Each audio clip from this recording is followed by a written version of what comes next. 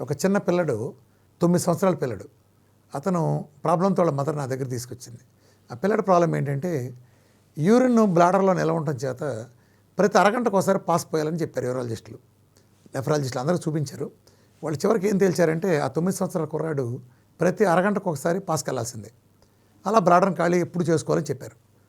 రాత్రిపూట ఏం చేయాలి మరి, పడుకుంటాడు కదా, పాస్కి వెళ్ళే చోట ఆడికే కెథెటర్ పెట్టుకోమన్నారు. మీకు తెలుసు కదా గుచ్చటం అంటే అది ఎంత నరకం, అది ఎంత హింస. అది ఆ వూండ్ అయ్యి వాడికి ఇన్ఫెక్షన్ అంతా విపరీతంగా స్ప్రెడ్ అయింది. మీకు తెలుసు కదా యాంటీబయాటిక్లు కుమ్మి అవతల పారేశారు, పెయిన్ కిల్లర్ సావగొట్టి మూసేవులు మూసారు.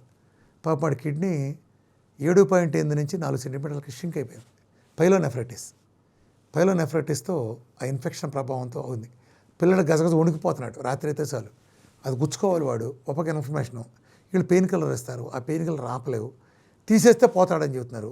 ఫ్యామిలీ పరిస్థితి పగాడికి కూడా రాకూడదు. 9 ఏళ్ళ పిల్లడికి వస్తే తల్లిదండ్రులు ఎంత అల్లాడిపోయారంటే సరే కిడ్నీ మార్చాల్సిందే అన్నారు. కిడ్నీ మార్చడం నా దగ్గరికి వచ్చినప్పుడు ఒక కిడ్నీ సైజు 7.8 into 4 సెంటీమీటర్లు ఉంది. పక్కన పెడతాను చూడండి. సరిగ్గా కొన్నాళ్ళు డైట్ చేశారు. నేను రాగానే ఈ పాసు లేదు, పైపు లేదు, తొక్కలేదు, పీకి పారేమన్నా. ఎప్పుడైతే కొబ్బరి నూనె పడిందో ఈ ప్రపంచపు బెస్ట్ యాంటీ ఇన్ఫ్లమేటరీ విఆర్కే డైట్లో చెప్పే కొబ్బరి నూనె, ఆ దిక్కుమాల వర్జిన్ ఆయిల్ కాదు, విఆర్కే డైట్లో చెప్పిన కొబ్బరి నూనె పడిందో ఇన్ఫ్లమేషన్లో దెబ్బగా తగ్గుతాయి.